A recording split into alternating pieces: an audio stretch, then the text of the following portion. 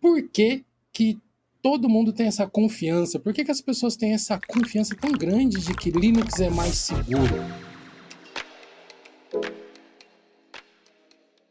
De onde que vem essa crença de que Linux é mais seguro? A primeira coisa que eu gostaria de trazer, que eu acho que é muito importante, é que Linux não é tudo a mesma coisa, não é tudo igual. Eu acho que são sistemas que têm base Linux que vêm de diversas formas. O Android não é a mesma coisa que o Ubuntu, que não é a mesma coisa que o Fedora, não é a mesma coisa que o Mint necessariamente, e assim por diante. Assim como Chrome OS, distribuições de servidores, às vezes o mesmo sistema vai apresentar características diferentes dependendo de como ele foi instalado e configurado. Então, certos problemas vão estar em alguns sistemas, certos problemas não vão estar em outros sistemas, ou dependendo da configuração que você faça, você vai estar exposto ou não.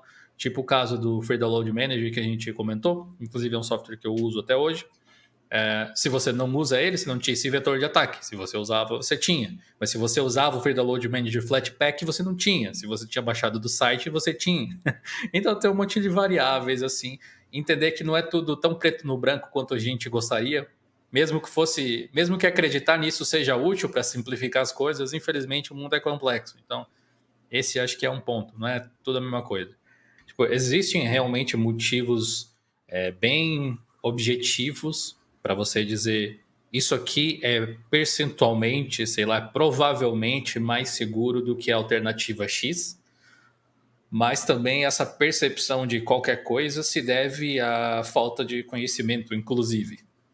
Ou seja, você ouve alguém especialista falar que uma coisa é uma coisa, e você, como não se importa muito com isso, pensa o usuário comum, por exemplo, vai seguir o que foi dito.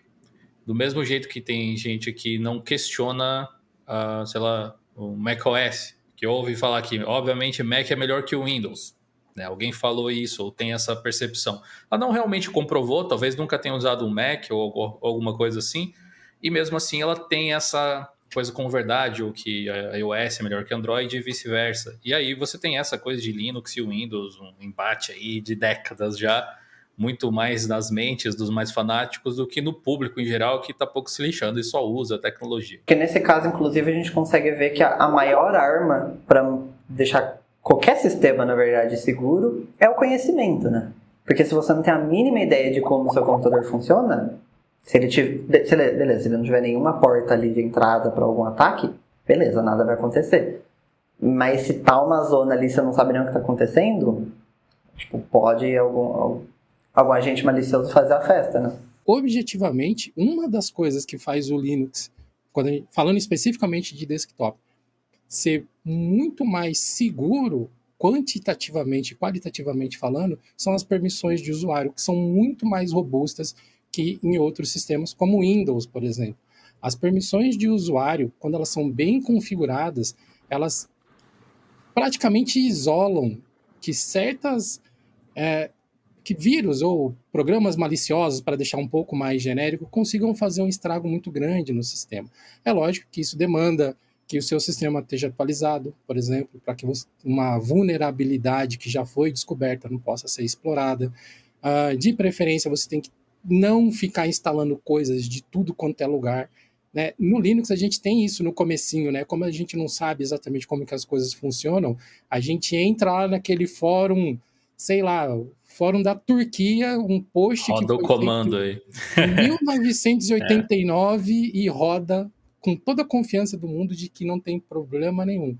Então, a gente já comentou isso várias vezes. É sempre saudável você desconfiar um pouquinho e tentar ler o código que está ali, por mais que você ainda não se sinta confiante ou que você não tenha, sei lá, uma grande carga de conhecimento, porque algumas coisas você vai conseguir pegar. Você vai falar, cara, não era para esse negócio estar fazendo isso aqui, hein? Sei lá, eu estou instalando o Firefox, por que ele quer mudar a senha do root, por exemplo?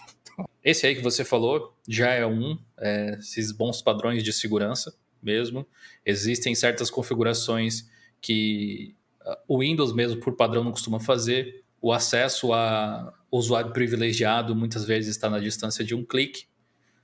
Colocar a senha é discutivelmente uma forma um pouco mais segura de você executar comandos como administrador. Afinal de contas, a pessoa pode digitar a senha sem estar pensando exatamente o que está fazendo.